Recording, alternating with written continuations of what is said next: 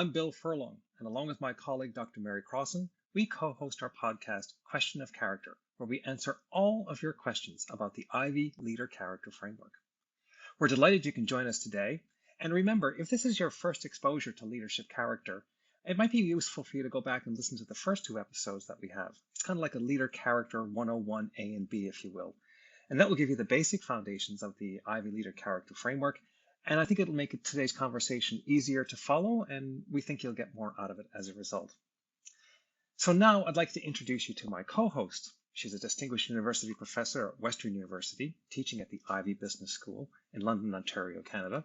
Her research has been widely published in the world's most prestigious journals, and she's author of numerous articles, cases, and books, including Developing Leadership Character. She is Dr. Mary Crossan. Good morning, Mary. How are you? Good to be here, Bill. Looking forward to this. So now I would like to welcome today's special guest. Our guest is of Haitian descent, grew up in Laval, a suburb of Montreal, and holds a bachelor's degree from the University of Ottawa in social sciences and a master's degree in labor relations from the University of Montreal. She is a human resources professional with 20 years experience delivering strategic and tactical advice and services in leadership development and talent management in both the private and public sectors. She is the co-chair of the Visible Minority Advisory Committee at the Canada Border Services Agency. This committee's vision is to create a more respectful and inclusive work environment for visible minorities. She is a member of Quebec's Professional Order of Certified Human Resources Specialists. She is the Director, Leadership, Performance and Talent Management at the Canada Border Services Agency in Ottawa, Ontario, Canada. She is Natacha Prudent. Welcome, Natasha. Thank you so much for joining Mary and I today. Thank you, Bill. So today's topic is the relationship between equity, diversity, and inclusion, and we'll shorten that and call that EDI, and leader character. And this is particularly timely as just last month was Black History Month. And we're hoping to release this podcast on March 21st, which is International Day for the Elimination of Racial Discrimination. This is observed annually in the wake of the 1960 killing of 69 people at a demonstration against apartheid, the apartheid pass laws in South Africa, also known as the Sharpeville Massacre. Pass laws kind of refer to an internal passport system that was set up basically to operationalize apartheid back in South Africa in those days. The United Nations proclaimed the day in 1966 and called on the international community to redouble its efforts to eliminate all forms of racial discrimination.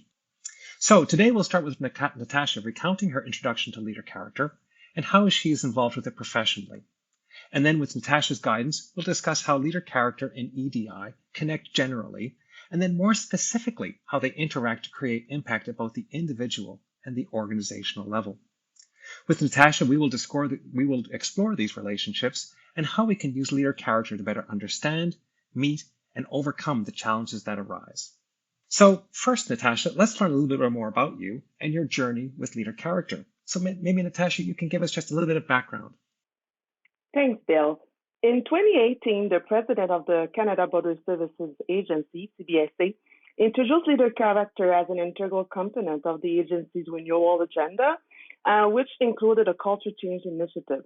And as the director of leadership, performance, and talent management, I was mandated with the integration of leader character in the leadership development of executives and managers to drive a sustained organizational performance and excellence. So inspired by the work of Ivy Business School, Leader Characters Framework, the agency now has integrated leader character into human resources practices, and more specifically in the suite of leadership development tools and in the assessment of candidates at the executive level. That's great, Natasha. So what is it about leader character that you like? And can you maybe give us a couple of examples of how it's benefited you, your team, and your organization from the perspectives of outcome and well-being? So, as an introvert, I was someone who would speak in meetings only when I had something important to add. And I find with leader character, I really now have the courage to get out of my comfort zone. So this is really from a personal level. And I make sure to raise a point in every meeting that I go. So leader character really helped me from that perspective. And when it comes to my team, now my entire team, it's been 3 years. We have undergone the work on the character with Mary, and I can definitely say that we never step in the same river twice. We always learn something new, and currently we are undergoing the Train the Trainer program again with Mary, and it's basically a deep dive in the framework. And I can say also from an organizational perspective, the agency's effort in integrating the leader character in our organizational practices has contributed to 9% improvement in CBS's public service employee survey results. So it's basically on the trust and confidence vis-a-vis senior management and leading by example, like the ethical behavior. So this is huge and this is a great outcome for the agency. So that's fantastic, Natasha. And we're going to come back to that a bit more. And we'll also engage Mary in that discussion because I think you and Mary have been working a lot together. But that's really exciting. So Mary, you've been working with Natasha closely. Any thoughts on what Natasha just said? Well, it amazes me, first of all, to hear Natasha describe herself as an introvert who may have not had the courage to speak up, because if you watch her, my goodness, it's amazing because I've watched her run workshops with hundreds of people. The confidence that she brings to the work that she does. And I would add so much more around this sense of accountability for being comfortable to get outside her comfort zone on stepping up to some really big challenges. And then to CBSA, I was privileged to be on a call with them where they had 650 people from across the country on a 2-hour seminar where they had leaders and individuals taking people through character in the day-to-day about what they've done through the pandemic. And it was absolutely inspiring. And of course, today we're going to hear about the anti-racism strategy. And Bill, I'm just very excited to have Natasha on the call with us today. And so, Natasha, is the anti-racism strategy and leader character, is that a part of the work you've been doing as well? Yes, definitely. Because as I mentioned, for the past 3 years, we have been investing in leader character, and it really made sense to leverage this work for our anti-racism strategy. So basically, it's working with our executives and manager from an individual perspective, but then we will see definitely the outcomes on the culture of the organization. Well, that's really powerful stuff. Thank you, Natasha. So before we get into a bit more on specifically on the CBSA work that you've been doing, Natasha, a little discussion perhaps about how leadership character and the EDI work connect together. And Mary, this is some work that you and I have been doing in the past, and it really talks about how EDI and character have this almost circular relationship. And it's the idea how when EDI is brought into an organization, it really tests the character of the people in the organization, and it sort of tests the character not only of the individuals but the organization itself. And then character, thus tested, if you will, and strengthened, then turns around and supports EDI. And it's important to be aware that I think when you bring EDI into an organization, that it will test an organization, an individual's character, and that you anticipate that and prepare for that. And because if you're not aware and you're not prepared, then it'll make that struggle, even harder. Do you have any thoughts on that iterative relationship, Mary? Yeah, Bill, I think look at organization, diversity and inclusion have been around for literally decades. The E has been added probably a little bit more recently in the history, but I would say organizations have struggled with this for a long time. And why have they struggled? Well, because it actually tests character. And without actually an examination of what character is, we've struggled with EDI. And so I think the struggle around it is really the evidence of the fact that we have deficiencies in character that have not equipped us to actually handle this really important agenda in its fullness. And then if we flip that on its head, because of the fact that EDI challenges character, if we can use the language of character, couple it with character, we begin then to understand, well, what does it take in my humility? Or what does it take in humanity? Or what does it take in accountability that I may not have fully developed in order to move this incredibly important agenda forward. So now, I think we've spoken in the past, is that an EDI initiative really, there's relationships across all elements of the leader character framework, each one of the dimensions. Could you maybe take us through right around the sort of leader character framework and just connect how each one of those dimensions is relevant to an EDI program? Absolutely. And we'll just do a quick overview here. The idea around humility, let's start there. Big engine for learning. Areas around self-awareness and learning kind of capability that comes through that. Vulnerability. You can imagine that without strength in that, we're just not even open to the possibilities that are going to be presented to us. I would say I'd move around to integrity, where we get this authenticity piece and candor. And Bill, we're really often ill-equipped for the conversations that we need, and quite frankly, crippled by the fact that individuals do not feel comfortable presenting an authentic self in the workplace.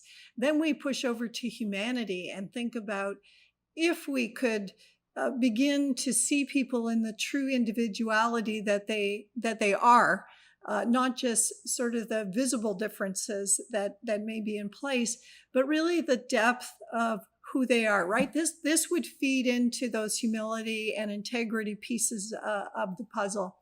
I think then aspects of justice, of course, EDI really brings into a quick need to examine the systemic effects that exist around aspects of humanity. So not simply to understand a person, but to understand the system and understand the fairness and equity that exists there. I go to accountability. I'm thinking, gosh, you can get all of these pieces in place, but who am I accountable to? And how would I do something with the knowledge that I have about these things, which of course gets us into courage. The courage to be able to step into unfamiliar territory, to handle challenging conversations, to make important changes in the organization. I think drive it really brings into perspective the idea of this is about sustained excellence. And what does excellence mean in organizations? What are we looking for? I think some aspects around civility and dignity have got to come into play as we begin to understand what is that, results orientation about, and how can we move this agenda faster than we've had in the past. Now, temperance, a big one, because in dealing with difficult and challenging areas, you've got this sense of needing the patience and calm and self-regulation to be able to work through a variety of these pieces. I think we saw a lot with Nelson Mandela in South Africa, the importance of transcendence, because why do we do this? What is this about? And I don't think that any EDI agenda rests on some sense that it's a policy that has to be, dealt with. It's just going to, again, using the language of being crippled in the process of trying to deal with those issues. So what's the higher ground on which we aspire to about that? Judgment, of course, is in the middle of the character framework. And I would say, as we've talked about, practical wisdom. There are challenging issues to be dealt with, timing of them to be dealt with, stakeholder groups to be dealt with, and incredible judgment that has to be in place to be able to navigate this space. Thank you, Mary. That's great. It really again shows the power of the leader character framework, in that when you look at any issue, in this case we're talking about EDI, it opens up perspectives and insights that are unique and that you would struggle to really see without the framework to sort of guide you in that regard. Natasha, were there any things you'd like to add to Mary's discussion and description of the different linkages between EDI initiatives and the character framework? Yes, I see for leaders, this means promoting a diverse and inclusive environment, Bill, where this type of team bonding and communication is encouraged and valued. Like people in your organization, they from various backgrounds, they feel that they can say, I am being seen and my existence and identity are validated. So employees feel that they are being treated fairly when management provides explanation for the decisions. They believe, the processes and procedures are fair and they are consistent, accurate, ethical, and bias-free. This is very important in an organization. And perceptions of justice, they increase. And when management includes employees in their decisions, this is what you see. And ultimately, this will have an impact on the culture of the organization and will create what we call organizational justice. So organizational justice has been linked to job performance at the individual, the team, and at the organizational level. So, Natasha, as I hear you speak about all of these important implications, it reminds me I forgot to mention collaboration in the midst of EDI and character. And of course, what you're describing means like, how do we get together on this, right? How do we move an entire organization forward? It's not just a matter of individuals, but how is it that we connect? And I think, particularly with collaboration, that aspect of being interconnected. How will we be interconnected? Without EDI, we are not having that space of interconnection. So, Natasha and Mary, that's brilliant. What a great start. So, with this as a baseline then for our discussion, let's turn to how leadership character is essential at the individual level, both in terms of enhancing awareness and also the kinds of refined judgment that we're going to need as we navigate EDI. And Natasha, I'll start with a question for you, if I could. For people in our society whose voices, perspectives, and interests aren't being properly included, who are not being treated equitably, what are the challenges and how does leadership character help? So to answer your question, Bill, let me talk about what we call the respectability politics. This is a concept that was first articulated in 1993 by Evelyn Brooks in her book called Righteous Discontent. So in the context of Black American history, respectability politics was practiced as a way of attempting to consciously set aside and undermine cultural and moral practices thought to be disrespected by wider society. So for example, for many Black people, this resulted in vigilant behavior, that would take the form of altering one's presentation, the way you dress, your dress code, the way you speak. So avoiding social situation where you will be a victim of discrimination. So this basically a daily present preparation for how are you going to be in the workplace and how are you going to face prejudice. So they basically anticipate stress. And however, we see that this is not a good thing because the research shows for Black women and men anticipating stress, it's called emotional tax. And often that can be detrimental to their health, well-being, success, and ability to strive at work. So as part of a research done by the Catalyst, 60% of women and men of color surveyed reported a state of being on guard, consciously preparing to deal with potential bias and discrimination at work. So I would tell you, for me, as a person of color entering the corporate world, I was told that I will not be successful because of the color of my skin. And while I didn't know the work on character, today I can say that this painful experience became to me very transformative because it had an impact on the perception of myself, my relationship with others, and my philosophy of life. So it instilled in me a sense of purpose. And I decided to adopt a growth mindset and I took charge of my career, and so I invested in my education and in the enhancement of my competencies as an HR professional and enrolled in a business school. So that to say, I had a lot of mentors and they were all people who were white. And like Maya Angelou, you may encounter many defeats, but you must not be defeated. So, Natasha, that is so powerful and moving. Thank you for that. It also makes me think that the emotional tax really it occurs because people are hiding this. And so it's less visible to others, but that doesn't mean that it's not there. And actually the process of hiding is what actually creates the weight and the stress and the anxiety in the first place, that sense of a loss of authenticity. Anything, Mary, anything you wanted to add there? I mean, you really picked up, I think, Bill. I think many people just underestimate the cost.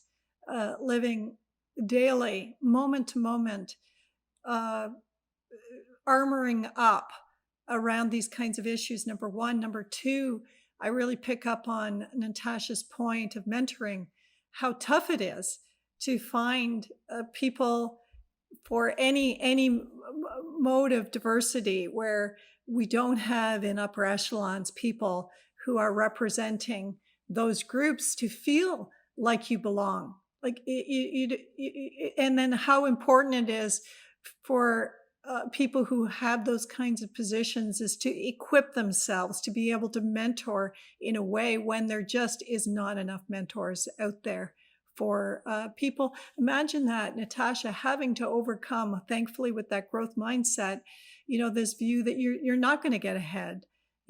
Everything is stacked against you. The world doesn't work this way, right? Then there's a lot of that out there, and if you don't see people breaking that ground in front of you, it's really difficult.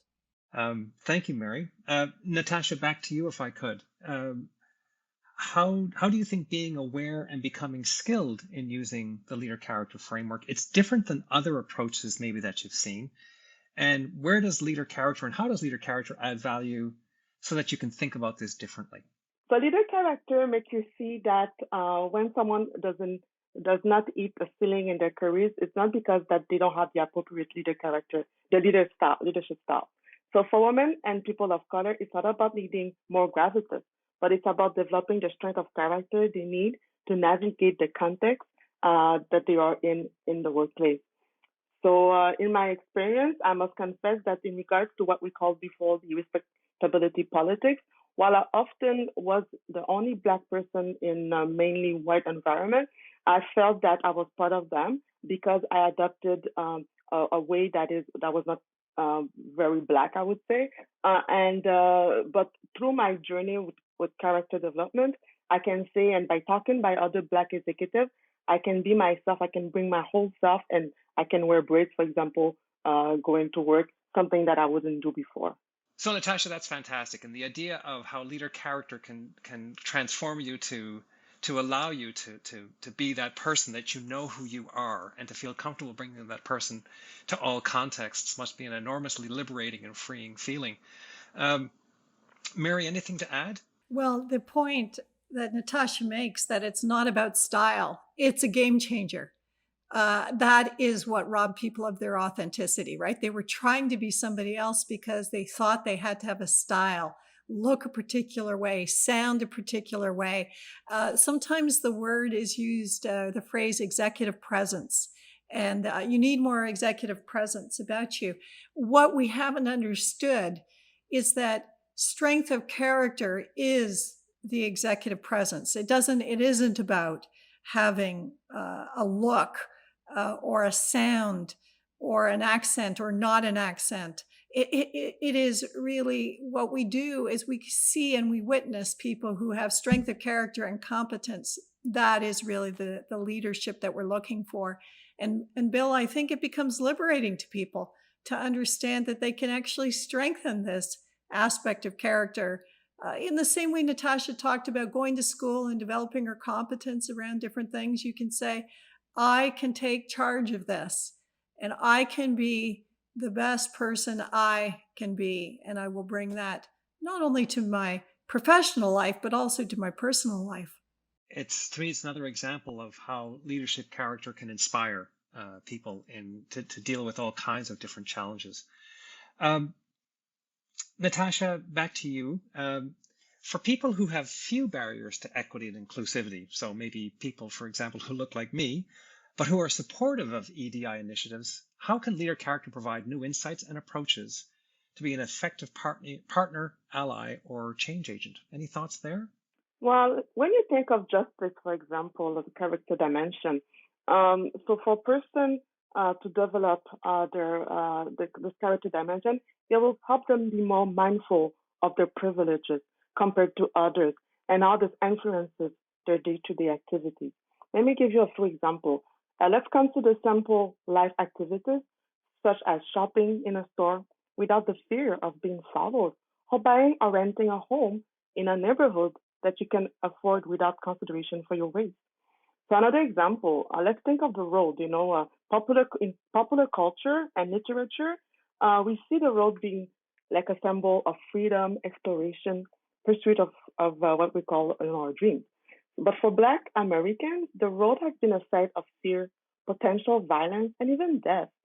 So, for example, in the height of the Jim Crow era, the Negro Motorist Green Book was published in 1936, and this was basically advising Black drivers where to go and where they could be safe, where they can stop for gas, for food, and where to avoid, what town to avoid so that they can be safe.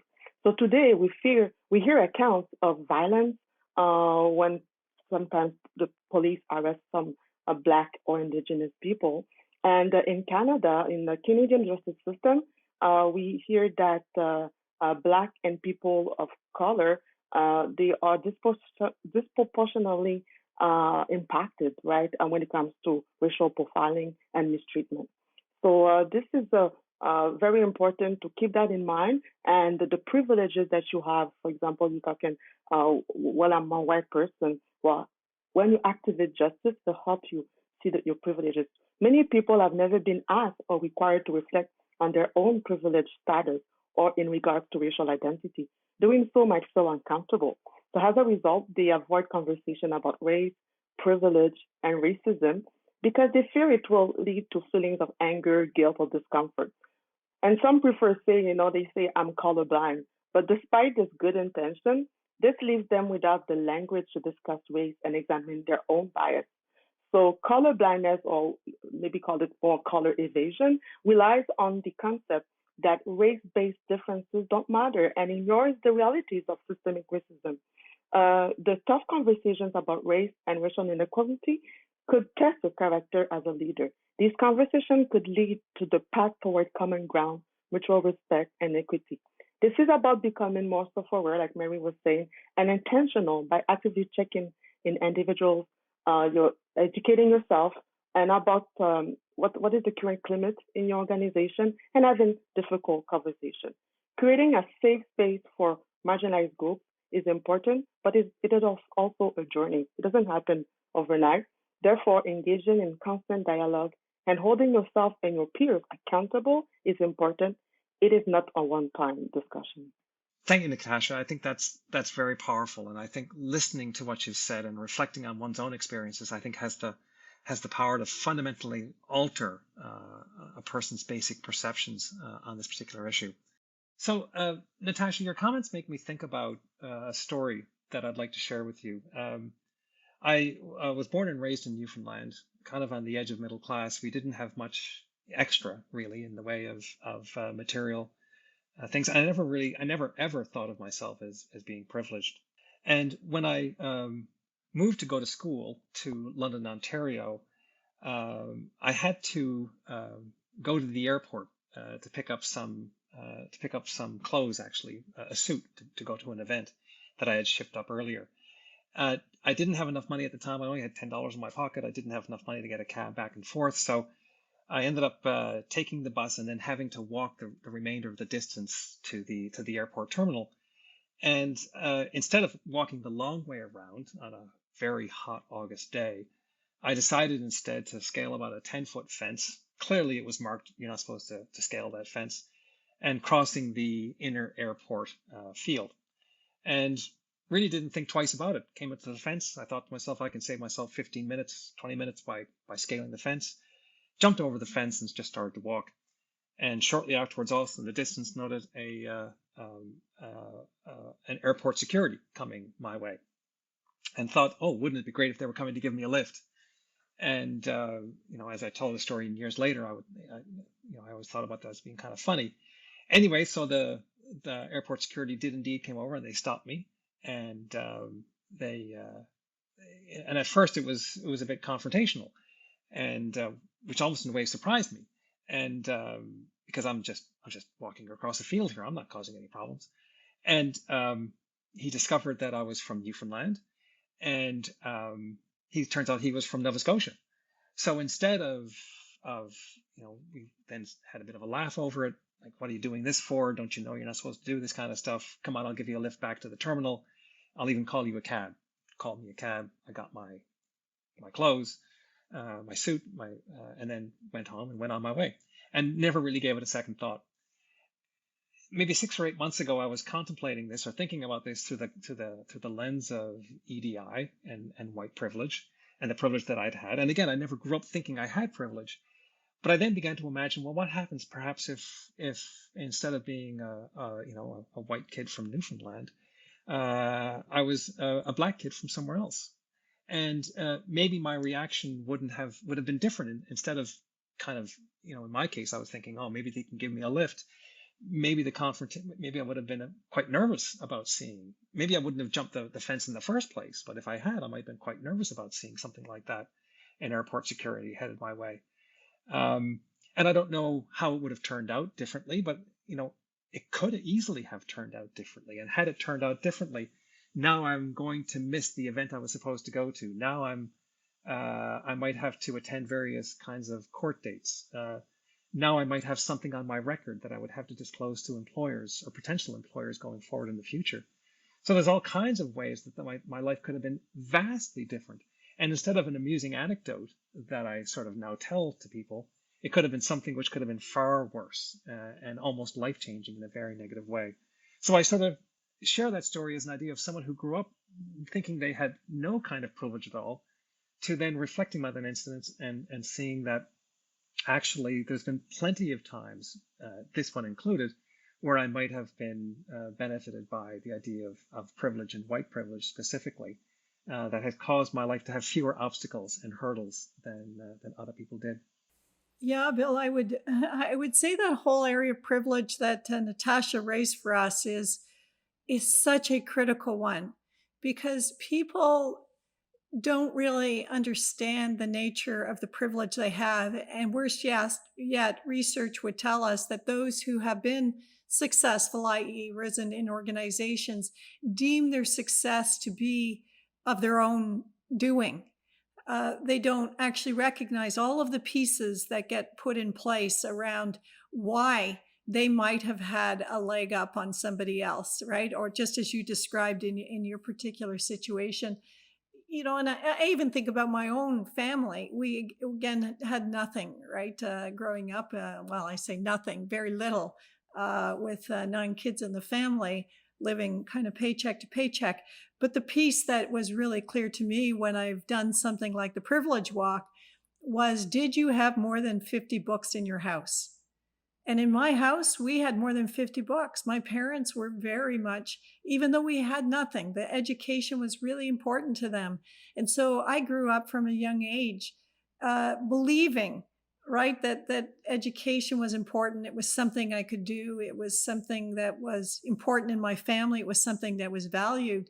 So even though we didn't have money for another pair of shoes, we had money for an encyclopedia set back in the day, right? Like that was where things were at. So all of us have something, right, that we can look to realize that we are in a position that has enabled us in society to have privilege of some kind. And I think it's very important to be able to examine that, as you've done with that example. Natasha, are these anecdotes and stories useful? Are these helpful, do you think? And if so, in what way? Definitely, because they help people connect. Lived experience are crucial in those conversations because it helps to connect with your humanity and also activate your accountability. So once you hear this, so what now? So very important. Those lived experience, those stories are key in EDI conversation. And again, it's only through the lens of EDI that I began to appreciate it. Like, again, I used to tell that story as an amusing anecdote, and now I see it completely differently once I've been exposed and begin to understand EDI. Well, thank you, Natasha and Mary, for letting me share that with you. So, Natasha, from an organizational perspective, can you take us through some of your thoughts on leader character and how it can be employed in an organizational context to support EDI? So, For example, in your opening comments, you discussed how your team was using leader character, how you're currently engaged in a train the trainer program with Mary, and you have plans to, or actually are using leader character in an anti-racism initiative.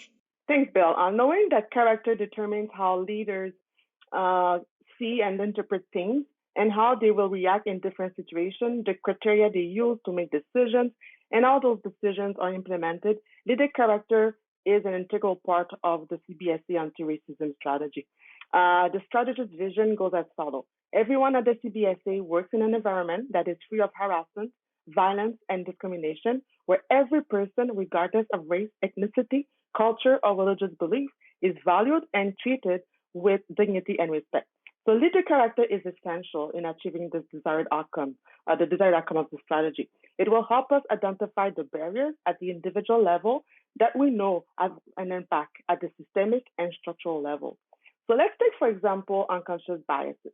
They continue to affect all areas of the employee life cycle, despite the time and the resources organizations are investing, for example, in unconscious bias training. We see from a report from Gartner, the key areas of the employee life cycle that is mostly impacted by unconscious bias is recruiting, performance management, and succession planning. So, for example, let's take recruitment. When you are hiring for culture fit, it undermines efforts to increase workplace diversity because it leads to hiring managers essentially trying to clone their current workforce. The assessment of culture fit should focus on how well the person's values align with the organization rather than how well their personal demographic characteristics, such as gender, ethnicity, age, sexual orientation, align with the current workforce. So creating an environment in which all employees feel they belong and where each person's differences are appreciated may seem challenging when those differences are related to gender, race, and ethnicity. Yet the sensitivity of those subjects only highlights how important it is to talk openly about those differences. If you value respect, equity, justice, and collaboration, you need to train those character dimensions like you would do for muscles before you run a marathon. Every moment is an opportunity to exercise character. Have the courage to be an active bystander by calling out negative behavior, sexist, racist, homophobic jokes. Use your position of power to prevent and reduce harm to others. So let me give you an example. What I've seen work from experience is seeing top leaders in the organization send clear message that anti-Black racism and all forms of racism is not tolerated in the society and in the workplace. Acknowledging systemic racism in the organization and encouraging the dialogue about lived experiences are liberating, and they validate women and men of color's day-to-day experiences of inclusion or exclusion. In addition to the personal statements that we see a lot of CEOs are sending, those leaders are talking meaningfully about actions that they will take to create organizational change and are allocating and dedicating resources to EDI. This is very important. Thank you, Natasha. That's fantastic and provides, I think, some real examples that we consider and use. Mary, any thoughts to add on that? And has some of your work also intersected here with the work that Natasha's doing? Yeah, I like this piece about unconscious bias because character development is about taking the unconscious and making it conscious, right? And understanding what your biases are, whether they're privilege or other kinds of ideas about how the world works or how it doesn't work. It's a conversation, right, that helps us become much more aware of ourselves, aware of others, bring to the foreground what those issues are. I think it also means that, for example, on the area of selection, lots of evidence has shown that people hire those in their own likeness. So what is it that you do around the development of character to help people understand, alongside competence, we're looking at strength of character, and that doesn't come from what a person looks like, what they sound like.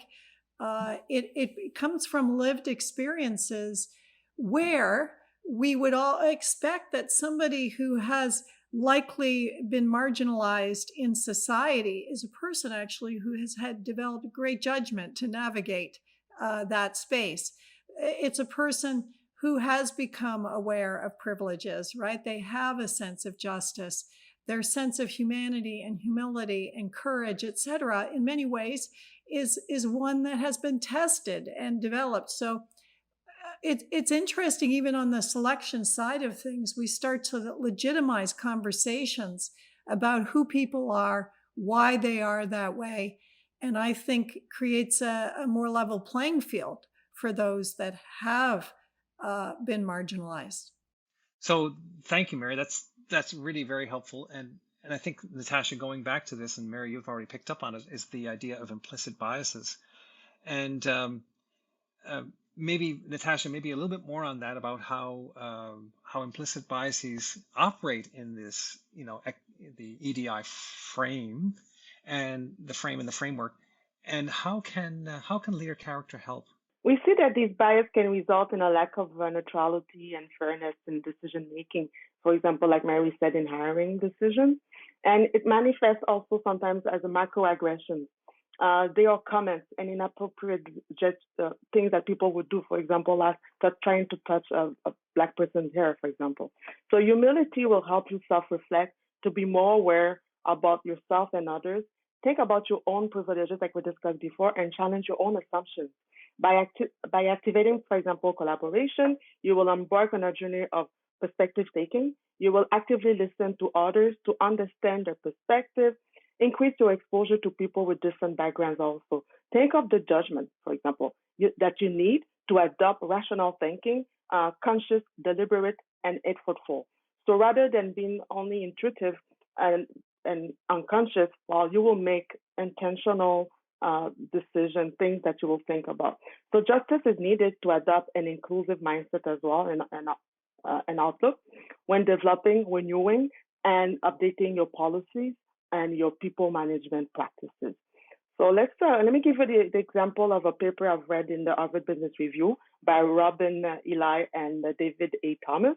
They say that in the case for establishing a truly diverse workforce, at all organizational levels, goals very compelling each year. However, despite this rhetoric, we see that the diversity and, like, for example, women of color and women in general, they are seriously underrepresented in many industry senior ranks.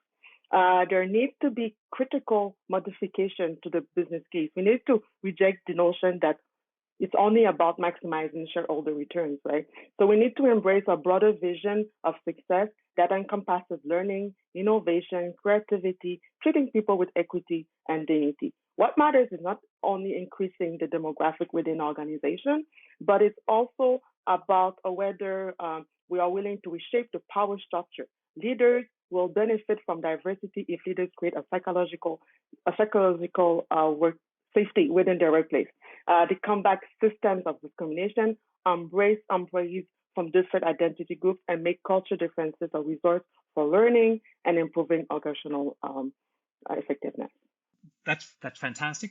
The other part that you raised as well is the idea of around the perspective on success. How do we start to define success? And there's been an awful lot written and talked about recently around purpose and a purpose-centric organization. And I think that's got to be, Mary, the topic of a future podcast. And Mary and I actually, Natasha, are in the final stages of an article connecting leadership, character, and purpose, because we think that's such an important thing to do. Mary, back to you for a moment. We've talked a little bit about the role of stories and the idea of narratives. Maybe you could provide maybe a couple of views and examples here, and maybe Natasha, after that, will ask you to comment on Mary's thoughts. I think stories ultimately connect us to humanity. They connect us to these lived experiences of the space that we live in, around integrity. They reveal authenticity about who we are and why we are.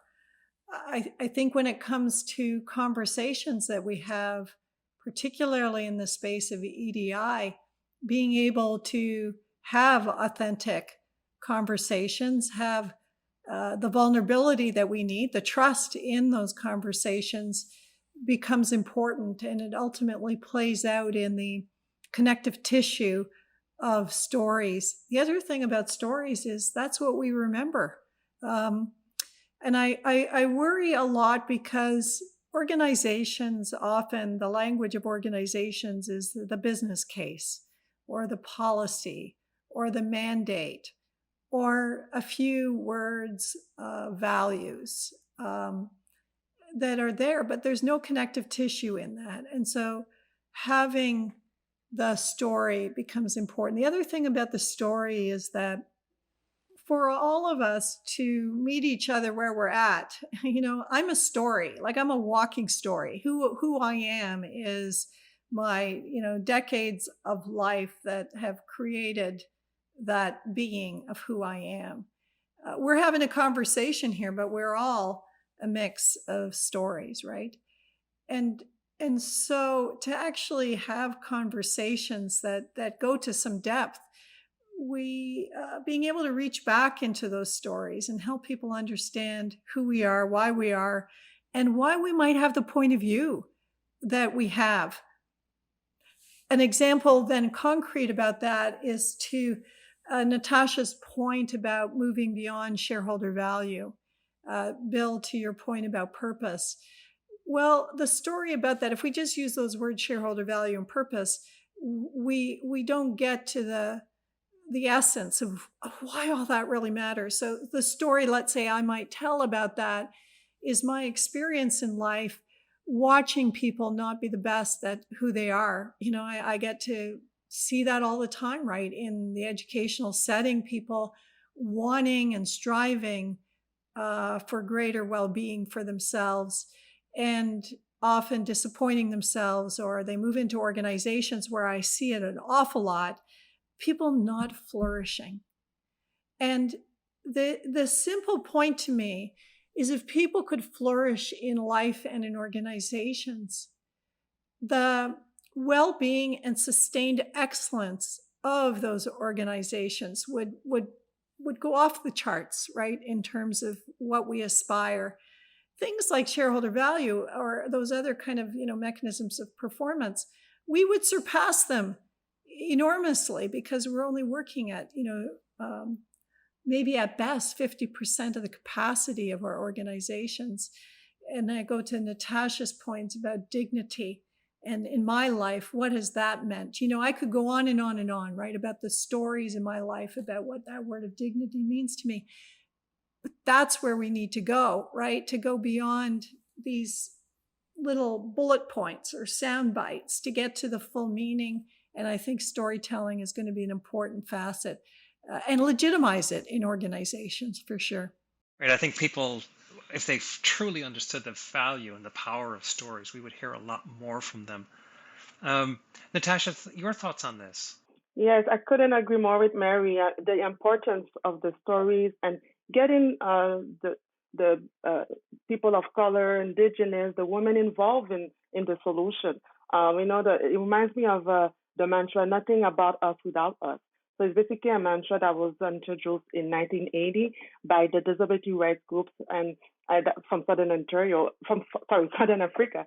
And basically, individuals are the expert of their lives.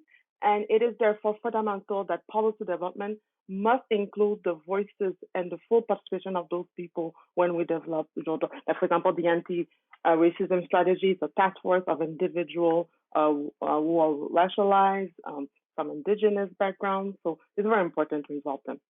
Bill, I would add that I think a piece about stories is that they're not simply kind of a cognitive or a written piece.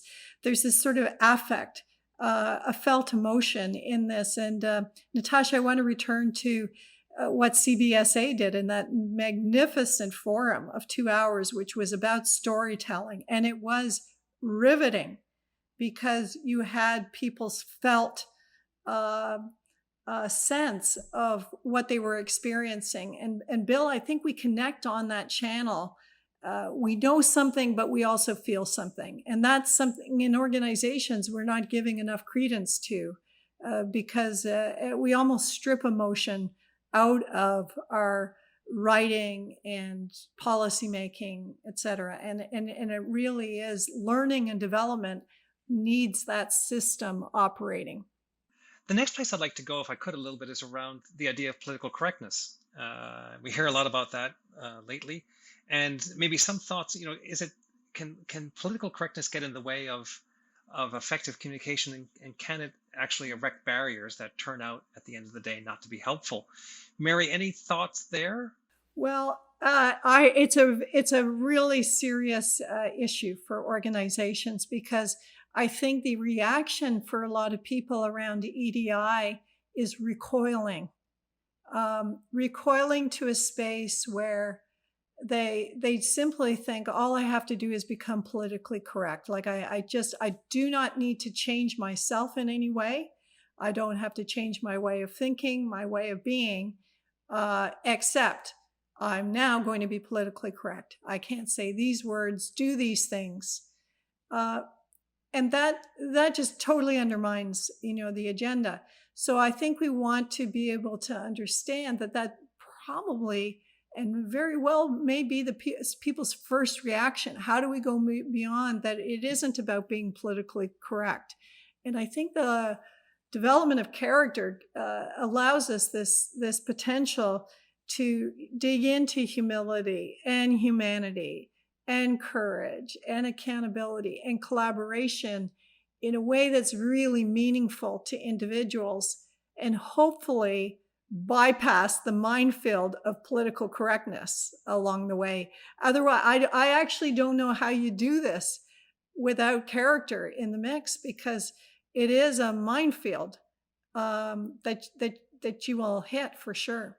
That's terrific, Mary. Natasha, what are your thoughts here on this?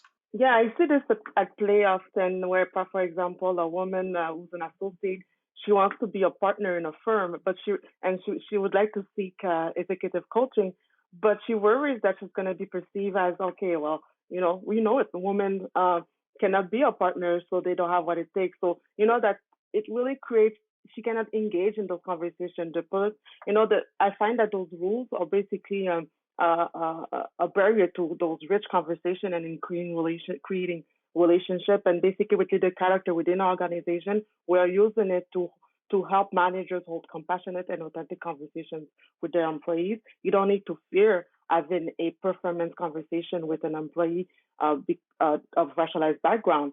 You need to have that conversation, but how can you do this with humanity, with justice, and not? You don't need to be always having barriers like that. So again, thank you both. I mean, that's again, it shows how leader character can be used to sort of to make those appropriate judgments in what are sometimes, I think, ambiguous and complicated contexts. Here's a question for you both, and I'll start with you, Natasha. How do we actually know if we're making progress here?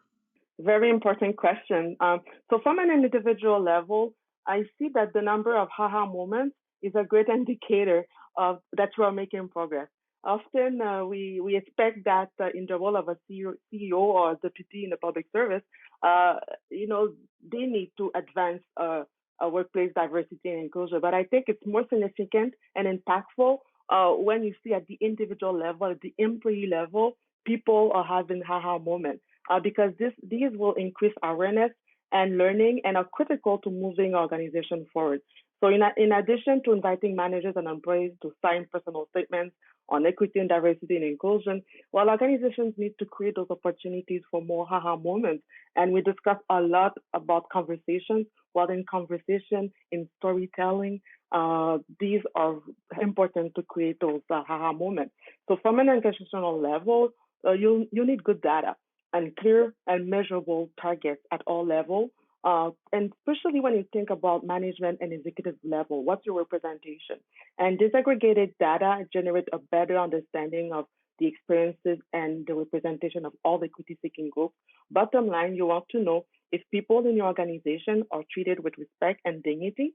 Surveys on inclusion and perceived organizational justice are great tools to consider, but I invite you not to wait for the survey. Leaders need to generate those conversations, have those topics on regular conversations with employees. Do not wait for a survey. So it really is then this combination of anecdotal evidence, the aha moments, but also backing that up with data. And also, as you say, these conversations that people need to be having all the time. And Mary, anything to add to this, to that insight?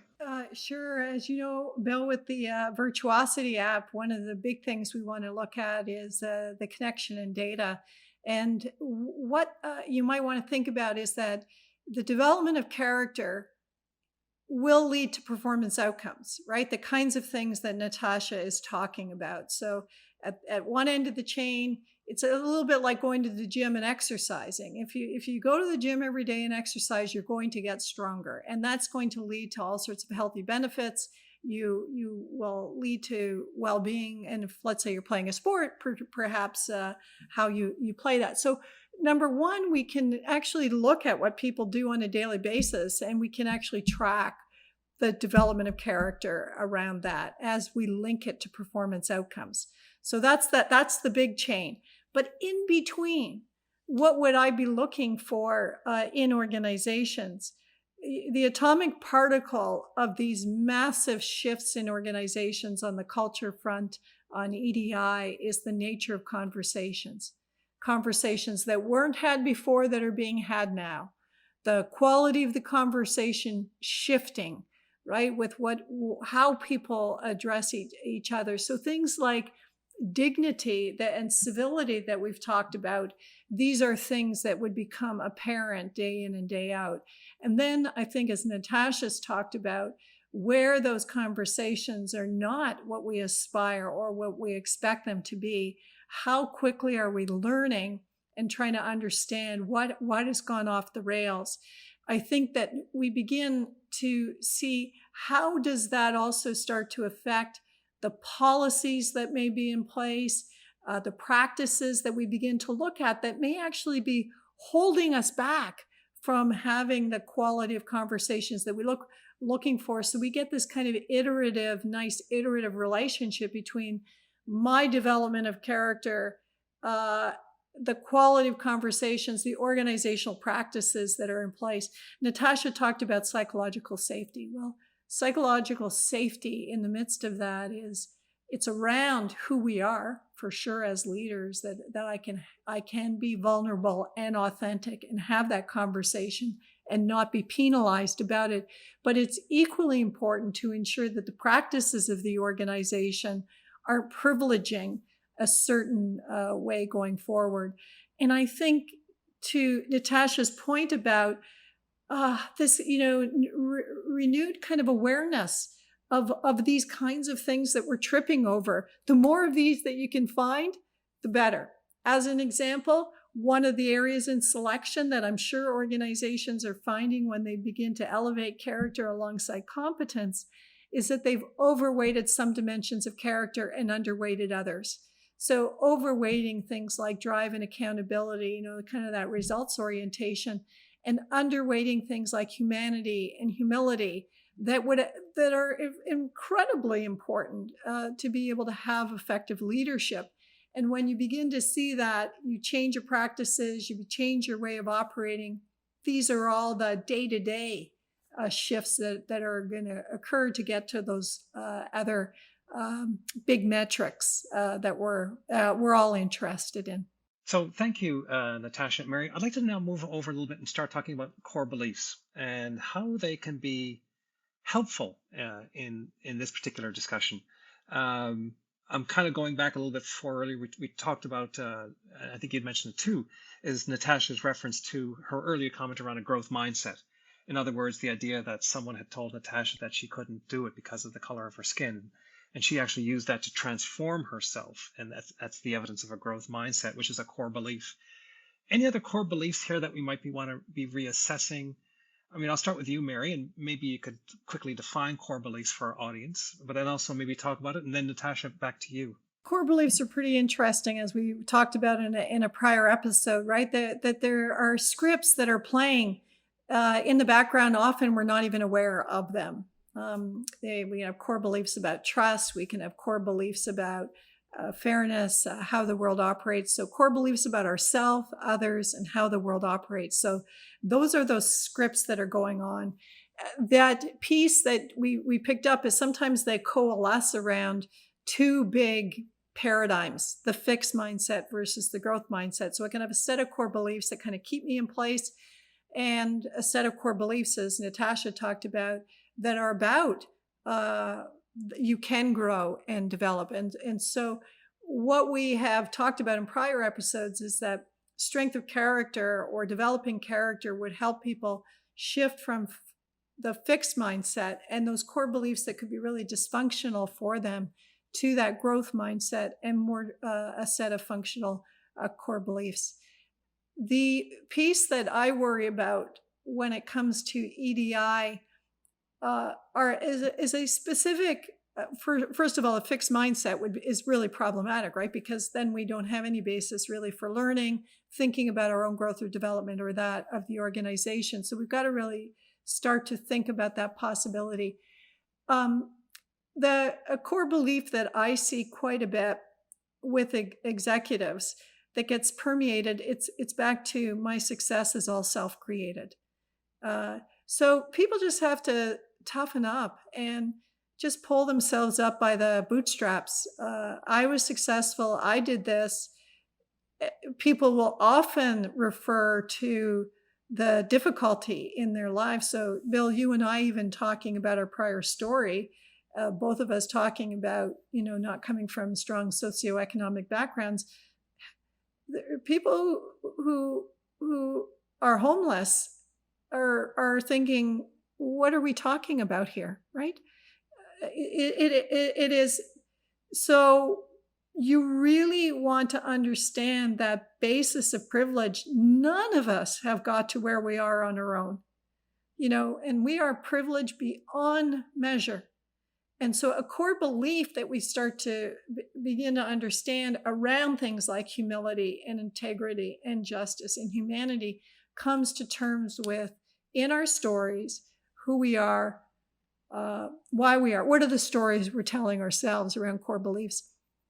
And Bill, that figures really prominently in the area of integrity and character, which is a lot of your principles, right? So those principles become really hardened for a lot of people, and it's the way the world works. And again, the EDI agenda will really suffer if we have this rigidity, fixed mindset, people believing that their success is based on themselves, not recognizing privilege, into things like, well, I'm colorblind.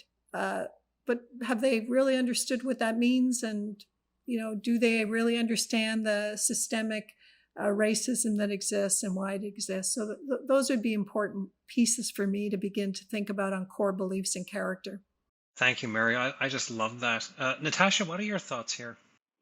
Yeah, because like Mary say, core beliefs they shape the attitude that we have towards groups in organization, and I think that it's very important that organizations they must make racial programming. So, for example, Black History Month. Well, it's not a month, but twice the year. Can we have programming that will focus on Black excellence? The more you are exposed to Black excellence in various disciplines like mathematics, science, health, education, and not just sports and entertainment, you will examine your core beliefs and you will have another opinion of, for example, Black people. So, Natasha and Mary, for our audience, what 1 to 3 actions should they do now, like related to leader character, to make a positive difference in their life and in the life of their organization, and to have this positive impact on EDI? So, Natasha, to you first. So the first action that comes to mind is, for example, I would say need to activate accountability, temperance, and creating intentional interruptions and pauses to avoid biases when you are recruiting, managing performance, and promoting employees. So basically, just stop, pause, and then reflect, is there any biases? The second action that comes to mind is connect with others from a diverse background and equity-seeking groups and show a genuine interest in listening and learning. This will activate humanity and collaboration, and you will gain a broader perspective. And finally, make sure to embed changes in policies to ensure sustainability of the organizational changes. are made that support advancement in EDI. Put in place durable legislative changes and changes in policies to cement progress. This would ensure these changes are embedded in organizational practices and processes and will remain even if there is a change in senior management at the senior management level. So that's perfect, Natasha. I think if people can start doing that today, it'll make huge differences in the lives of themselves and their organizations. Mary, what are your thoughts here? Well, Bill, I'll return to where we started, is that, and it's really the big idea of linking leader character and EDI. EDI has suffered because it actually hasn't had an apparatus like and the toolkit of character that you can actually work on to develop individuals, to tackle those really thorny issues around core beliefs, to strengthen the character of individuals to be able to address the EDI agenda. And the beauty about EDI, coupling it with character, because character can be applied to so many things. We've talked about, it's around culture and it's risk management and a variety of things. But the beauty about EDI is that it challenges character. And so I think the place is join those two together. Try to have those conversations together. So when you're thinking about character build, just as you described earlier, you're beginning even in your own character development, bringing the EDI perspective into it, which comes into all facets, dimensions of character, including, justice in particular. And then when we have discussions of EDI in organizations, make sure that character is alongside it. Then in the end, we've got a place where individuals, if you're listening to this, you can start, which is we've talked about the development of your character coupled with EDI will go a long way to be able to deal with this really important agenda. Thank you, Mary. I mean, I think I would go so far to say is if you're truly serious about an EDI agenda and an EDI initiative, you have got to have character with you along the way to actually make it work. So thank you both. The one thing I will also add to our listeners as well is, or to our audience, is that Natasha has also provided us with a list of readings that she thinks will be helpful in this regard, and so we'll list those readings on our website, and we'll also make sure we link them to the episode, to this episode in our podcast as well. So I'm going to maybe summarize here a little bit some of the key points I think from our episode today. First, I think this is a critically important episode. So many revealing insights, perspectives, and opportunities to make positive, impactful differences on the EDI agenda. As Mary just mentioned a moment ago, and we mentioned at the top, we believe there's this circular, iterative relationship between EDI and leader character, and where leader character dimensions can become activated and engaged in this process of bringing alive the EDI agenda. We think leader character has this critical role to play in establishing, advancing, and ultimately embedding EDI at the level of the individual. It'll help you be more attuned to issues, to anticipate them, and then to use your judgment to be able to navigate them in a context-appropriate manner. Of course, as Mary and Natasha have both talked about, leader character can also be engaged and activated at the organizational level to impact the culture of the organization, and very much complementary to top-down initiatives to advance the EDI initiative almost from the bottom up, within the individual up, so that it meets with the EDI policies and programs that are coming from top down. We also see how leader character can be used to create clarity around political correctness. And also, Natasha and Mary have given us some great ideas as to how we actually know when we're making progress. And both Natasha and Mary have left us with some concrete actions and ideas as how you can today use leader character to advance your personal and organizational EDI journey.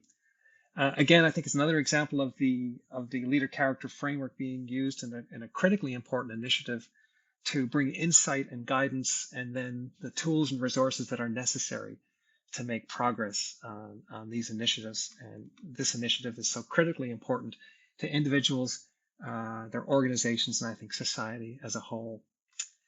So before I sign off, anything else, Natasha, that you would like to add? Thank you, Bill and Mary, for this episode. Like you said, Bill, critically important for the EDI agenda and the importance of leader character. So again, thank you for the invitation. Delighted. Mary? Bill, I don't know anybody in the world who has the expertise around EDI and character like Natasha. Seriously, world expert in this area on these two fields, because as we talked about, they need to come together. And so I'm so delighted that we had this episode today. I constantly learn from Natasha, and I'm really grateful to have her with us. Thanks to you. So thank you again for joining us today. If you like what you've heard, please share it with your friends and your colleagues. If you really like what you heard, then please subscribe to our podcast, Question of Character. We also have a website called questionofcharacter.com, where we'll post this episode, and various resources and articles, and in particular, any links associated with today's episode. And it's also a place where you can send us your comments, your thoughts on what you've heard, and maybe any suggestions that you might have for future podcasts.